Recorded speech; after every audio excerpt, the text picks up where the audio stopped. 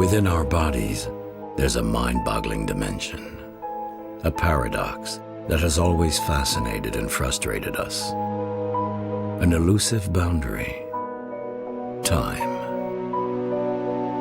biological time. Deep within our cells, it determines the cycle of life and death, the transition from our days to our dreams. It ticks on, making and unmaking our bodies and affecting how we perceive the passage of time.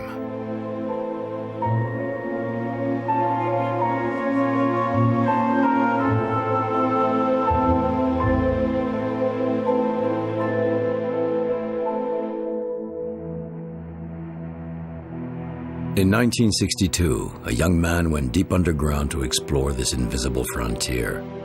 Michel Siffre spent 2 months down in an ice-cold cave with no clock. The only notion he had of time came from his own body's rhythms. At the end of the experiment, when he was pulled back up to the surface, he was nothing but a limp rag doll of a man. Vous avez eu peur? Peur, c'était affreux, quoi. Affreux parce que j'ai cru y laisser, quoi. J'ai cru y rester. Though Siffre barely made it out alive, he revolutionized our vision of biological time. His do-it-yourself experiment opened new horizons for a science that was still in its infancy, a science that studies the rhythms of human life. This new field, called chronobiology, holds the promise of lengthening our waking periods, of pushing back the limits of time, of unraveling the mysteries of the invisible clock that ticks inside us all.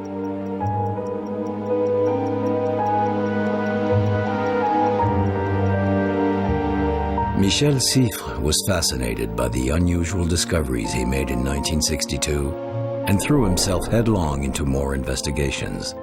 The young caver became the guinea pig of his own experiments.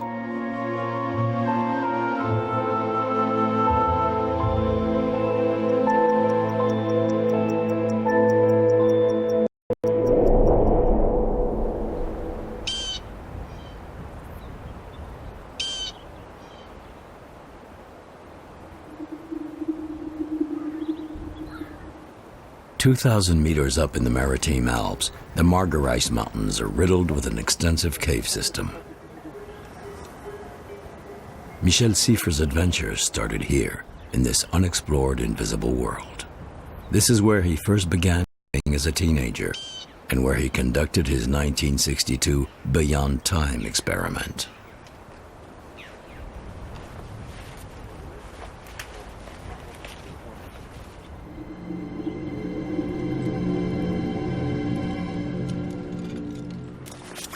Siffre agreed to head back down into the Scarasson cave to relive the event that changed the course of his life.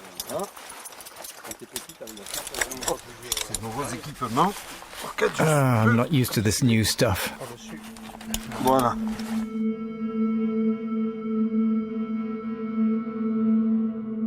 How on earth did I come up with an idea like that? 2 months underground at just below 0 degrees Celsius. No time cues. A lot of people thought it was a completely crazy thing to do.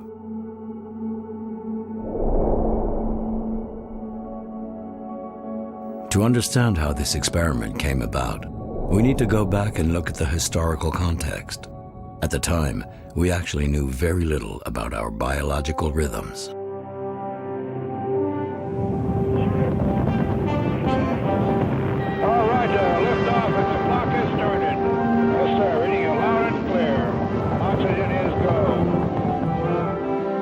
The early 60s were an exhilarating period.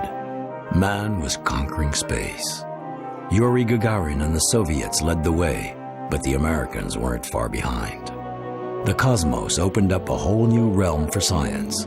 Space flights were in the works, and we needed to explore the limits of our bodies to find out if Earthlings could survive for weeks at a time in a cramped capsule with no way of knowing if it was day or night.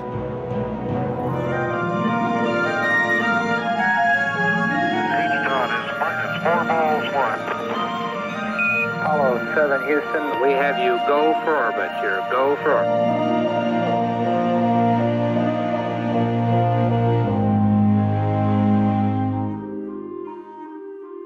I wanted my own way of participating in the great space adventure.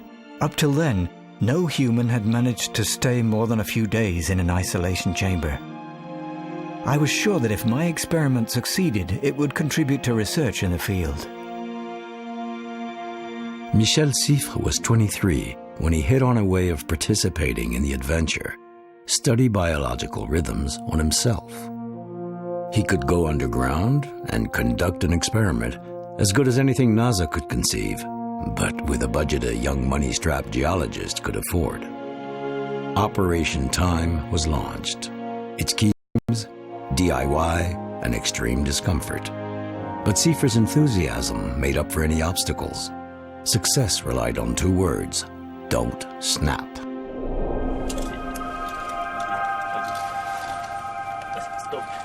Operation Time began July 17, 1962. Before he went down, Siffre handed his watch over to one of the security crew that would man the phone day and night, his only contact with the outside world. When he was ready to go to bed, he'd call the surface and give an estimate of what time he thought it was. Then he'd call again as soon as he woke up. Up on the surface, the person on duty would record the accurate time and chart out his sleep cycles. Siffre ran tests on himself, taking his pulse, counting 120 seconds. He was about to begin drifting into a new dimension. In the pitch darkness of the cave, time took on an elastic quality, dictated only by his bodily needs. When he disappeared down into the icy abyss, no one could tell whether his mind would survive such a grueling test, least of all, himself. Jean-Pierre, attends. Voilà.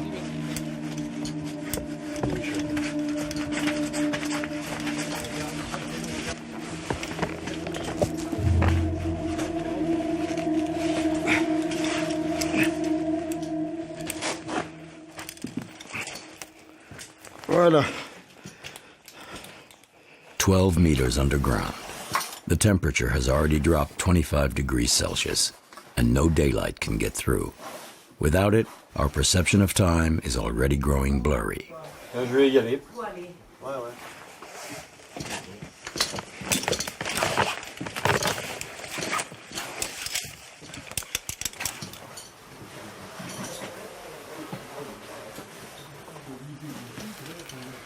Rock ledges, narrow passages, vertical drops, one after another. It takes 3 hours for the dozen men accompanying Michel Siffre to reach the bottom.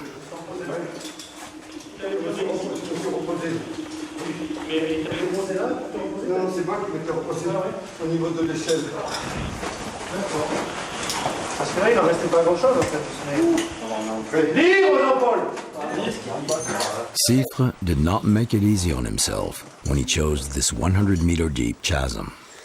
The entrance is located in a deserted mountain range, several hours' walk from the nearest road.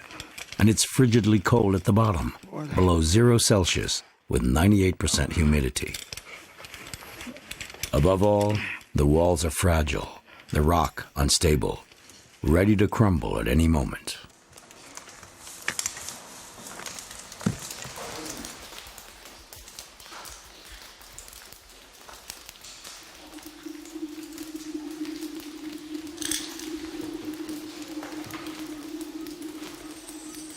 When he pitched his tent on the edge of this underground glacier, Michel Siffre never imagined how dangerous and unbearable the conditions would be.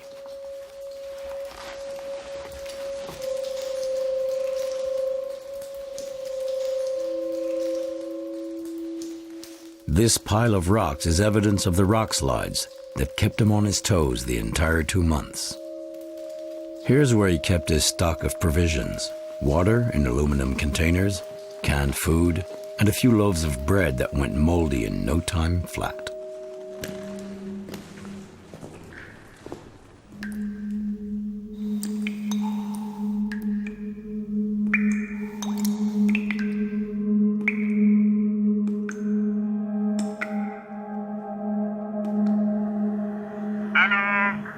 Allô, ici la surface, je t'appelle le fond. Allô, ici le fond, ici Michel. Ici la surface, il est 22h, l'opération Star commence.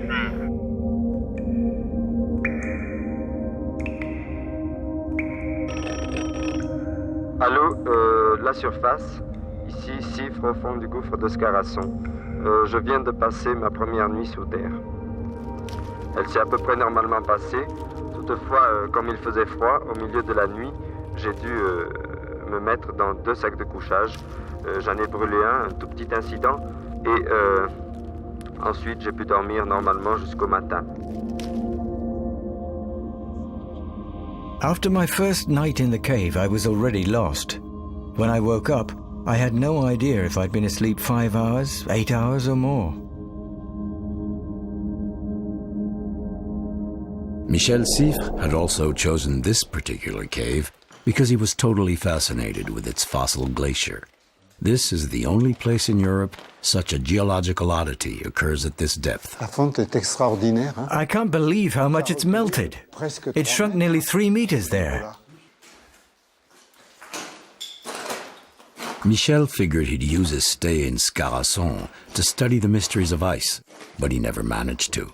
Almost immediately, the Beyond Time experiment took up every ounce of his strength and resolution. Et voilà où était l'emplacement. Here's where my tent was. En fait, elle faisait 2 mètres de It was large, 2 meters wide and 5 meters long, et l'arrière but the back went up 2 meters 2 mètres et and touched the ceiling. Et tous ces blocs. All these rocks have fallen from up there. Et donc, So it's a good thing I wasn't here at the time. pendant cette période.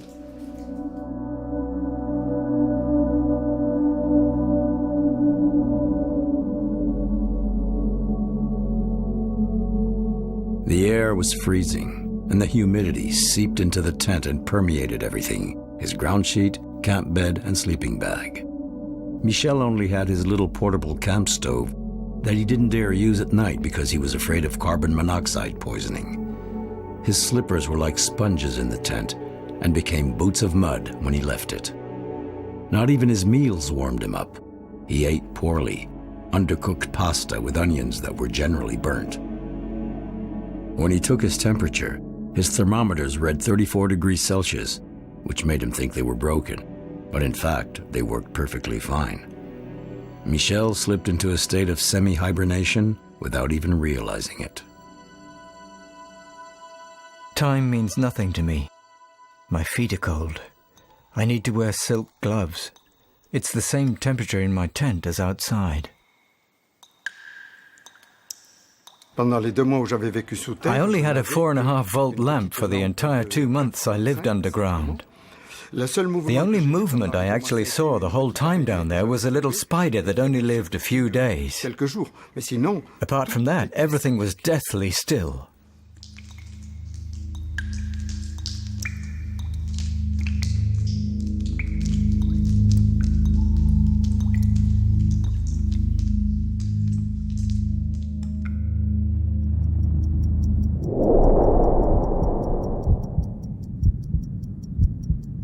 Time kept ticking and I didn't even realize it. It seemed like everything was static, and yet I felt I was caught in the flow of time. Time was the only thing moving down there. I'd chase it and try to zero in on it, but every night I knew I'd failed.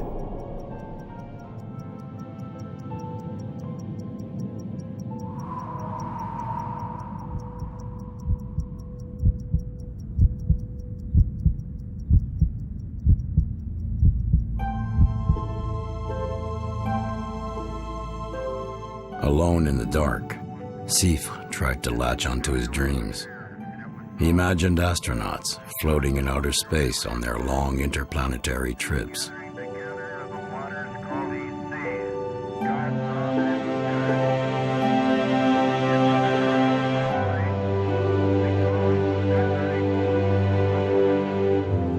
He wanted to do better than the handful of people who'd already been subjects of temporal isolation experiments. Not one of the American or Soviet astronauts lasted longer than 2 weeks in an isolation chamber. every single attempt was cut short due to attacks of severe depression.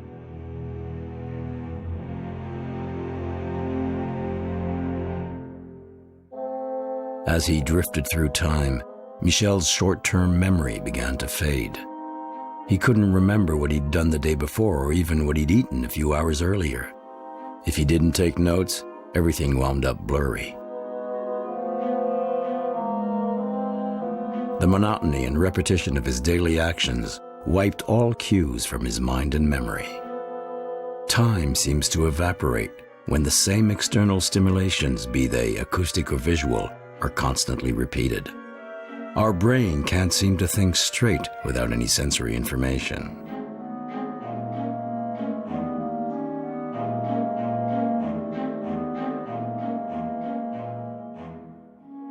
A few years later, some Soviet researchers spent several weeks isolated in a soundproof room and experienced the same kind of confusion themselves. One of them wrote in his journal, 32nd day. I'm reading Siffre very attentively. I notice he's right. Memory loss is a very strange thing. Yesterday, I couldn't remember what we'd eaten the night before for dinner. Time seems to fly like it gets sucked down into an abyss. I can't remember anymore what happened. Time has simply evaporated.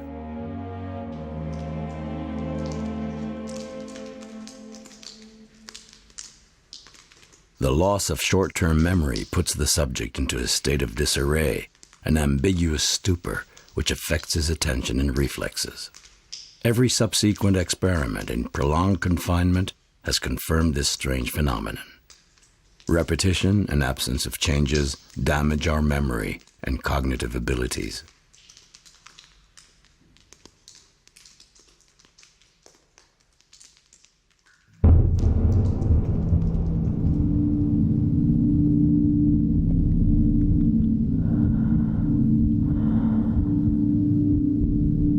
It was absolute darkness.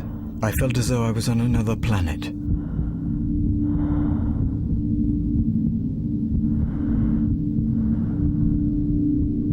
It was totally silent, and I was completely detached from the outside world.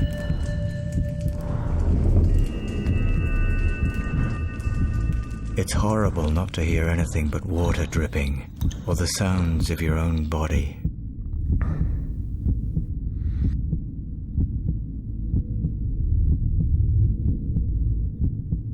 I'd sit there on this rock, and the cold and humidity was overwhelming. The silence was eerie.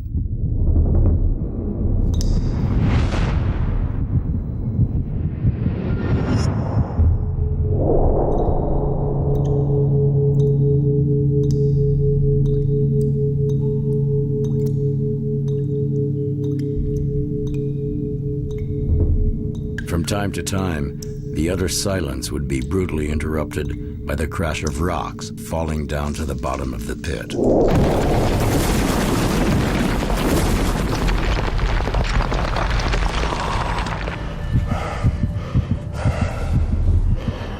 In 2 months, Michel recorded 20-some rock slides of varying intensity in his journal. Still, this constant threat had a positive aspect. Each time, the fright generated by these rock slides would produce an emotional shock that may have saved his life. The surge of adrenaline would make his temperature shoot up and help fight against hypothermia.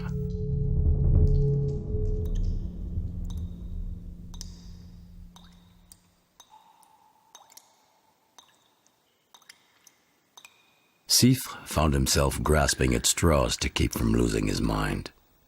He'd brought along a mechanical record player and some classical music and French songs.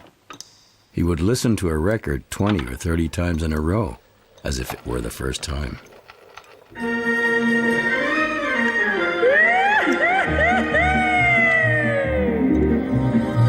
On a chanté la parisienne, leur petit nez et leur chapeau. On a chanté les madrilènes qui vont aux arènes pour le torero. On prétend que les norvégiennes filles du Nord ont le sang chaud. Et bien que les Américaines soient les souveraines du monde nouveau, Mexico, Mexico,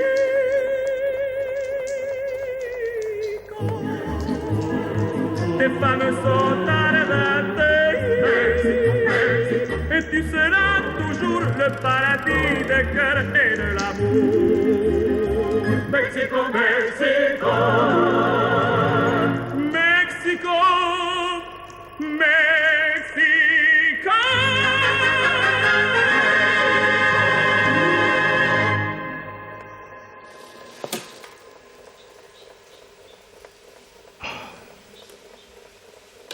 Still breaks me up. Mariano. He was the one I listened to the most, Des dizaines et des dizaines de over fois. and over again. Ce qui comptait, c'était pas tant la It wasn't musique, so much the music that c'était la voix. counted, but the La voice. voix, c'était une... That voice C'était une was a présence. presence. C'est vrai, je sais pas comment j'ai pu tenir. You know, I really don't know how I managed to survive down here. J'ai rêvé très peu dans. I hardly dreamt at all during the experiment, only about a dozen times. The first dream I had was C'est que ma mère I was at ouvrait les home volets, and my mother opened the shutters ouvrait les volets of the apartment. et que elle me faisait rater It ruined my l'expérience experiment because I saw it was day and I could figure out what time it was. temps et l'heure. Et je l'engueulais. So I yelled at her. Ça me It's revient. funny, I've only just remembered that. Mais bon, là aussi. Anyway, that's all in the past. It's not good to live in the past. Dans le passé. We need to live in the present and the future, that's all there is to it. Et de toute façon, ce At any rate, this is certainly the last time I'll ever see this goddamn glacier.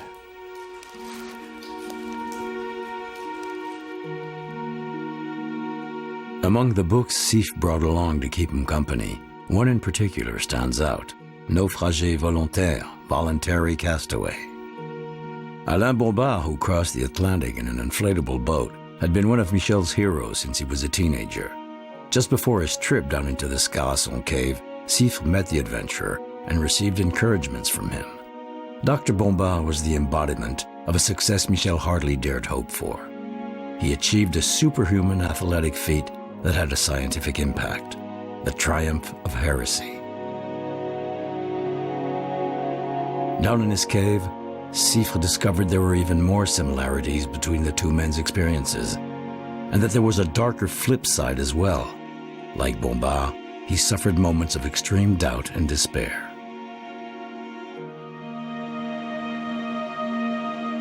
I thought about him getting tossed around like a piece of straw in the middle of those waves, all alone in a little boat out on the ocean. What I did was nothing compared to him. Then, when he'd been drifting around the Atlantic for 50 days and was completely at the end of his rope, dying of hunger and thirst, he wrote out his will and he said, "I insist my experiment has worked for 50 days. Just because I wind up dead doesn't mean castaways should despair." After that, he resigned himself to his fate, waiting there with the sun beating down to die. And then he started to laugh. He started thinking about how it would seem to have the boat wash ashore with a dead man on board who's left advice on how not to die. It made him laugh at himself, and oddly enough, that's what saved him. It gave him the strength to hold on a while longer. One night, when he was wrapped up in his sleeping bag, Michel Siffre experienced his own regenerating bout of laughter.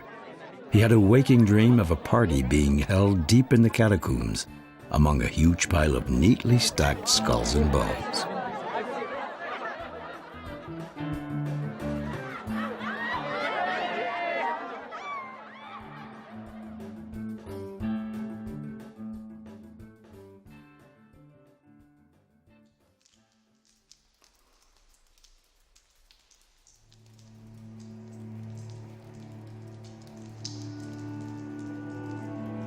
Finally, the 2 months underground were up. The experiment had reached its end. The security crew who'd been manning the surface phone 24/7 announced the good news. Michel didn't believe them. Bon alors, enfin dès que tu te lèves là, hein, Oui. bah, tu te prépares. Tu me blagues ou pas? Ah non, je blague pas Michel. Je te parle sérieusement, hein? Moi aussi. Parce que alors maintenant, on te dit la date, on est le 14 septembre. Hein? On est le 14 septembre. Non, c'est pas possible. Si. Le 14 septembre? Ouais. C'est incroyable, mon vieux, mais je suis en retard de plus de... 25 jours. De 25 jours. Mais c'est inouï. Dans quoi j'ai... He couldn't understand how he'd underestimated time to such an extent. According to his calculations, he figured it was August 20th, but it was really September 14th. 25 days off. On aurait pu penser, j'aurais pu penser que You might have thought it was going to seem long, that time would drag. I thought I was going to have to spend a lot longer down there. But no, Miraculeusement, it was like a miracle. alors que je m'attendais à There passer I was, encore ready to un spend mois de another plus. month underground, and suddenly it was over. C'était fini, l'espérance était finie. The experiment was over, and that was really amazing. I think that was the most incredible thing for me. That's what made me want to study psychological time. It was as if his mind had been numbed by the monotony of his underground existence, combined with a decrease in body temperature to 34 degrees Celsius. He felt like his days, waking and sleeping included, weren't any longer than 15 hours at most. In fact, they lasted about 24 and a half hours. I was completely fooled by the abstract time I'd imagined, psychological time. I'd maintained normal days, while down there I was convinced they only lasted about 15 hours.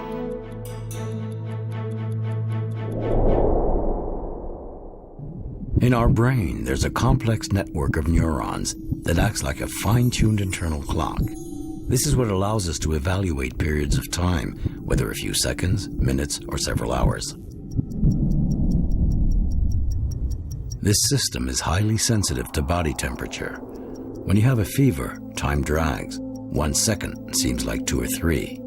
On the other hand, for someone who's very cold, like Michel Siffre, time seems to speed up. 2 or 3 seconds feel like just 1.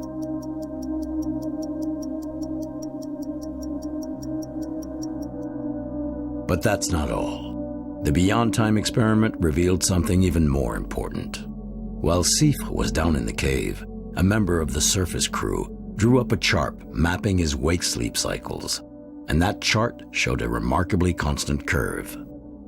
If we put the times of the day on one side and compare them to the daily shift in his sleep periods, we discover that, on average, Michel got off by half an hour per day.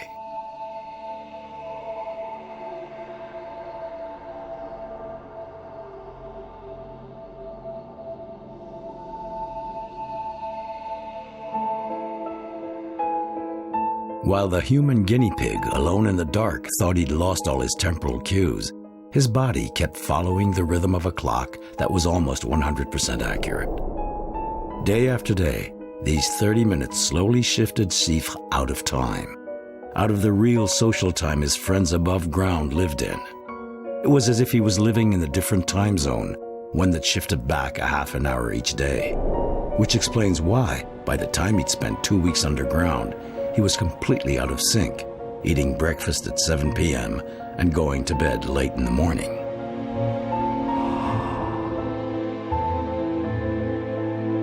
Michel Siffre's motionless odyssey was the starting point for hundreds of other Beyond Time experiments. In Germany, a group of people spent several weeks in a specially outfitted bunker, cut off from any social or daylight time cues. The endogenous rhythms of their bodies were then observed, their wake and sleep patterns, the cycles of their body temperature, their heartbeats, and the secretion of a number of hormones. So, how are you? How do you feel? Fine. Fine. Oh, that's nice. Very fine.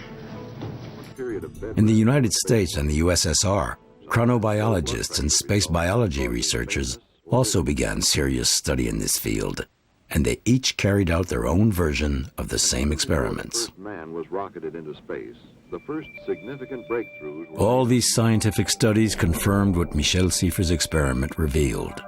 Man has an inner biological clock located in the brain just behind the optic nerve.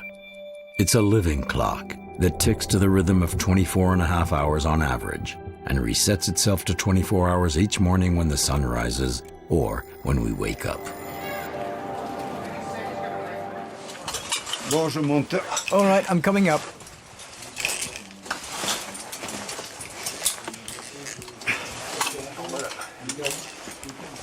Michel Siffre's experiment remains the only pure one in temporal isolation.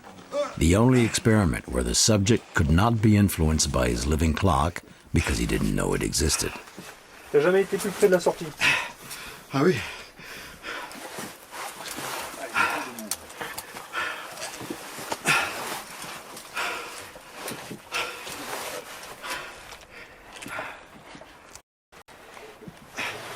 Oui, évidemment.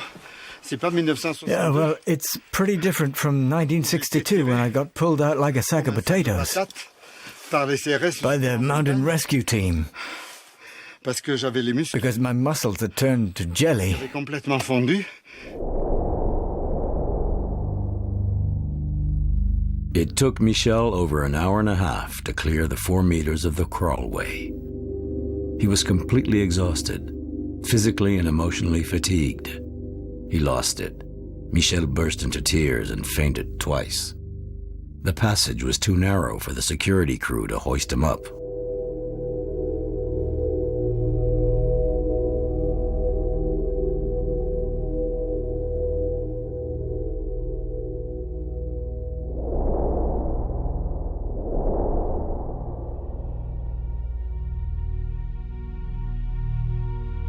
Il vient de séjourner seul 2 mois à 130 mètres sous terre. Michel Siffre a réussi. Ma pensée exclusive. The only thing I could think of was that I was afraid the rope would break. Ça paraît incroyable. Seems like a crazy thing to think because there was really no chance of it breaking. C'était le dernier moment. But that was my final thought on that rope coming back up in 62. C'est idiot, hein, comme. It's silly, but that's actually what I was thinking just then.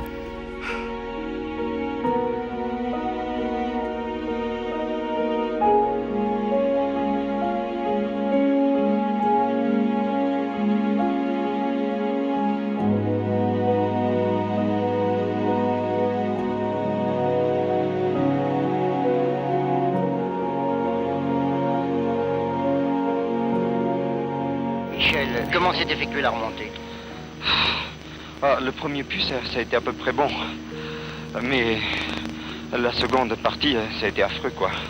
Affreux parce que j'ai cru y laisser, quoi. J'ai cru y rester. Et puis, c'était comme les éboulements, quoi. Ça me prenait au ventre, hein. En plus, ça m'a provoqué des nausées. Et je me voyais des... Si Marc m'avait pas retenu au puits de 30, là, j'étais liquidé, épuisé. Vous avez eu peur?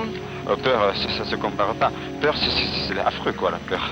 La peur, je commence à en être saturé de la peur maintenant. Pendant, je vais me calmer un peu quelques mois, hein.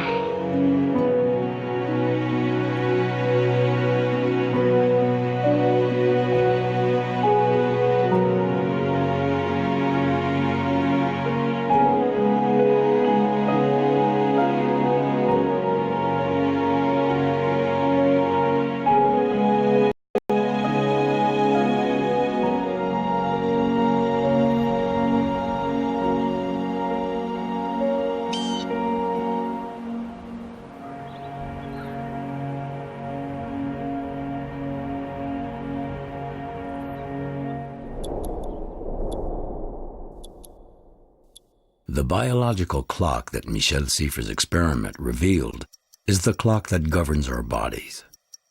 From single-celled organisms to the most complex mammals, all living creatures are subjected to biological rhythms.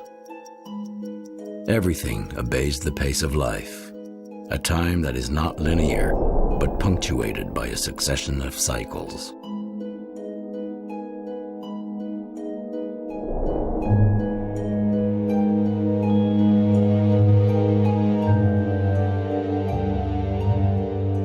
The sun imposes its rhythm of 24-hour cycles on most living organisms.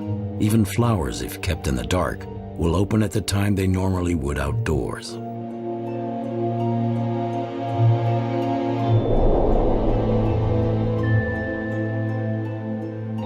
In the 60s, the discovery of man's biological clock opened up a vast field of new questions. How does it work? Does it have an impact on our lifespan? Could we adjust it in order to stretch out our days, for example, from 24 to 48 hours? This question holds particular interest for space and military research.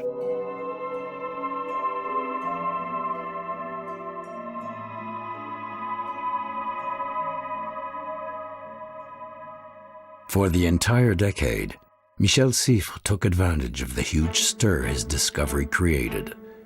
He received backing from the French Army and NASA researchers, and he got his friends involved in his research, dubbing them speleonauts. That is how Josie Laurès became the first woman in the world to live beyond time for 3 months.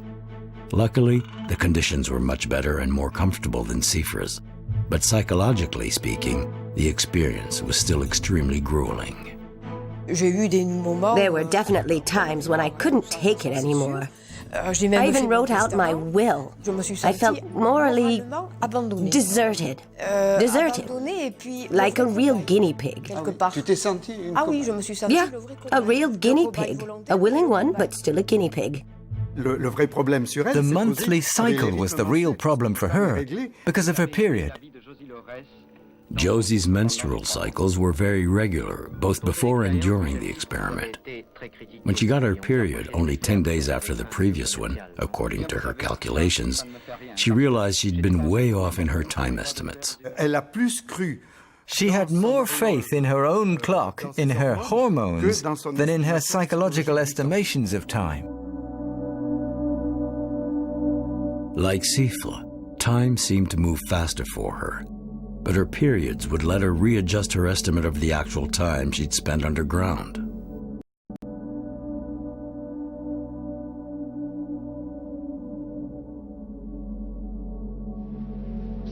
Other speleonauts, all friends of Michel, spent 3 to 6 months like this underground. For the self-taught Siffre, turning the underground into the world's biggest biological rhythms research lab was a way of thumbing his nose at official science. In the process, he hoped speleology would earn points with space research and industry. It wasn't so great being my friend in those days. I stuck almost all my speleologist friends into caves for months at a time. They all agreed, they all volunteered. I never lifted a finger to find someone to go underground. Then, something incredible and completely unexpected happened during one of these experiments. A speleonaut broke out of the 20.5-hour cycle and fell into a 48-hour rhythm. You slept the longest, 34 hours, and gave me the biggest scare of my life.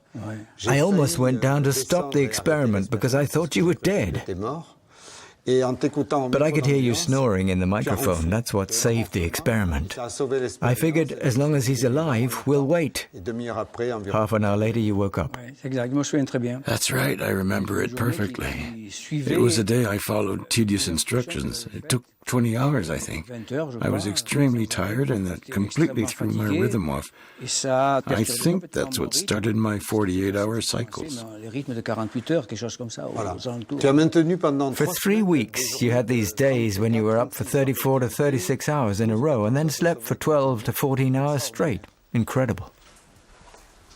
Siffre figured that if it was possible to double one's waking time, the implications were endless. Imagine super soldiers that hardly ever slept, or astronauts conditioned to sleep 15 hours, then stay awake for over 30 at key moments. For 3 decades, researchers have wondered about the potential flexibility of our biological clocks. Yet, the appearance of these 48-hour double cycles remains a mystery. Because so little is known about it, NASA still prefers to maintain 24-hour cycles until we can learn more.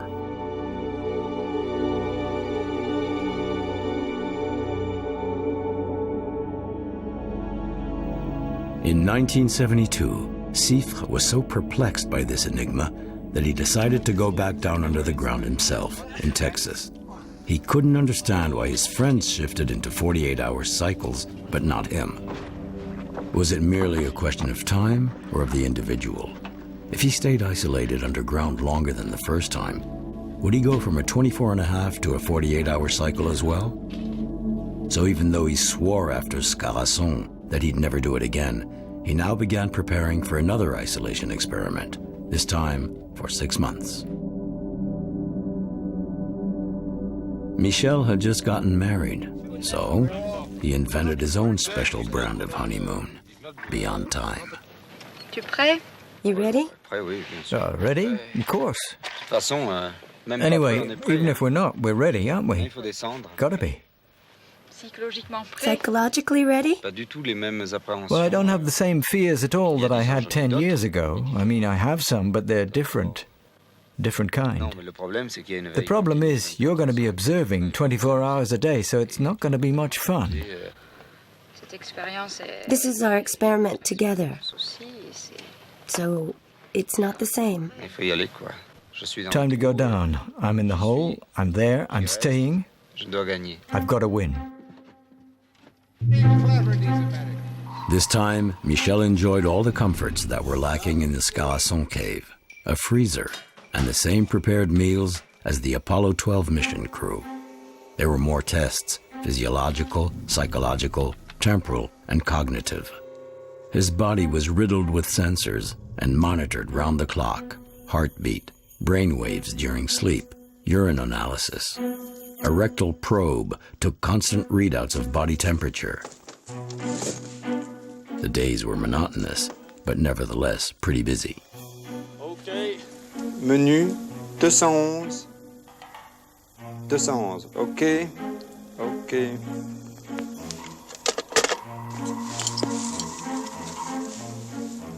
Et là, je me suis dit, mais qu'est-ce que tu... And then I thought, Michel, what are you doing underground? You're your own guinea pig. You've turned yourself into your own experiment. And I thought, no. I completely lost it. Alors, je me suis détaché. I unplugged my umbilical cord for 10 days.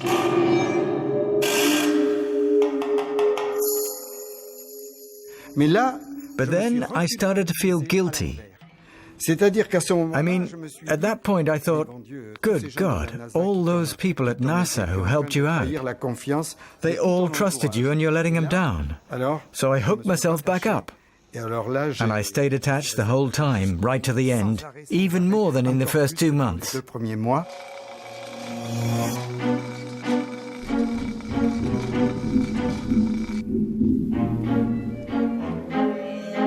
At the end of the experiment, Michel Siffre was able to confirm that the circadian rhythm isn't rigidly set. His cycles went from 24.5 hours to 28. Apparently, age has an effect on our biological clock. That being said, he never reached the long 36 or 48-hour cycles like some of his speleonaut friends. It seems some people's biological clocks are more rigid than others.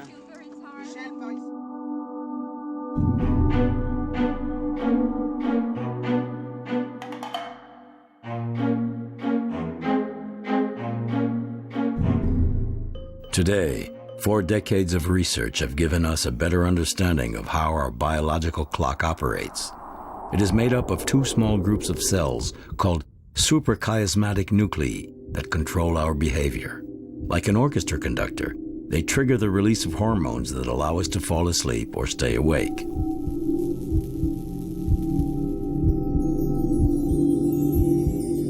At night, these suprachiasmatic nuclei work via the nervous system to activate the release of a hormone called melatonin, which passes into the blood and throughout the entire body.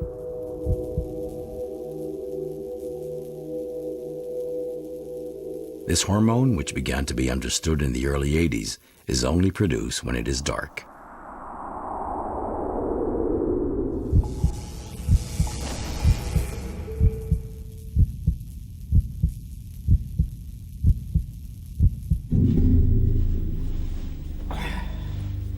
Without this clock, our schedules would be completely mixed up. We'd wake up at any time of day or night and fall asleep suddenly with no warning, like narcoleptics. As we grow older, our biological clocks are thrown off balance and our sleep patterns change. In late 1999, at the age of 60, Michel Siffre became the guinea pig of one last experiment to investigate a question that had been eating away at him: the effect of aging on his internal clock. Allô? Bon, on peut faire une séquence de test, Sylvain, s'il te plaît? Ok. J'attaque. Attention, top. Fin 1999. It was late 1999. I was out in my garden. I didn't know what I was doing with my life. I didn't have a contract. I wasn't doing anything. And all of a sudden I remembered how John Glenn, the first American astronaut, had gone back up in space on the shuttle 2 or 3 years earlier at the age of 77. And I thought, I have to do the same thing I did back in 72.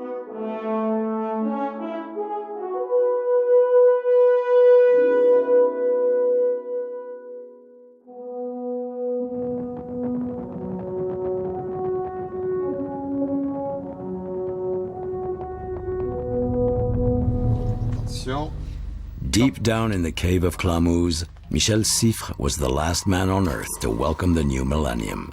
While the entire world was celebrating on January 1st, 2000, he thought it was only December 26th. At the age of 60, his biological clock was regulated again around 24.5 hours, but his sleep was fragmented. He slept less at night and took a lot more naps.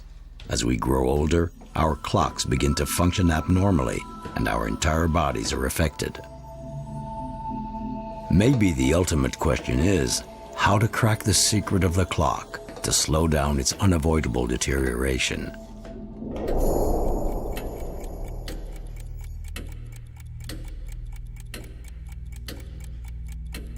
In fact, the biological clock has an influence on our lifespan.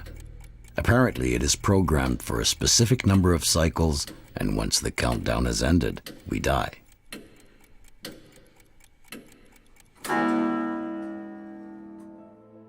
A study on lemurs from Madagascar revealed an astonishing outcome. These tiny creatures generally live 8 years, which is 16 tropical seasons, 2 per year, 1 period of long days, 1 period of short. In the lab, the length of the seasons was divided in 2 by adjusting the light. The lemur's internal clocks counted 16 abnormally fast seasons. As a result, they aged and died twice as fast.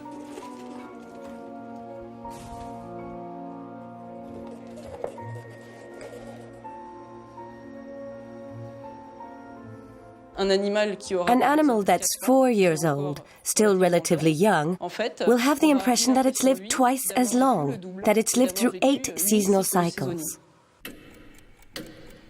But what if we manipulated the cycles in the other direction? Would it be possible to extend the lifespan?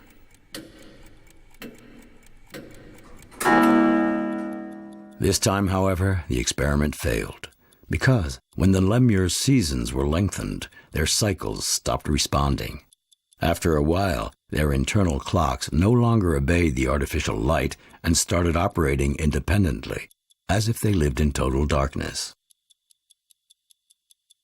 Our biological clock remains a mystery and isn't so easy to fool. The extreme complexity of this living metronome will no doubt obsess those looking to control it.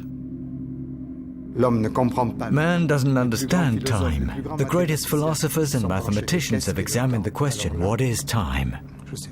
Personally, I have no idea. I've lived almost a year beyond time, outside of physical time, in a microcosm of darkness where time doesn't exist. During those 3 experiments, I tried to understand what time was, and I came up empty-handed. Today, I haven't a clue what this thing we call time really is.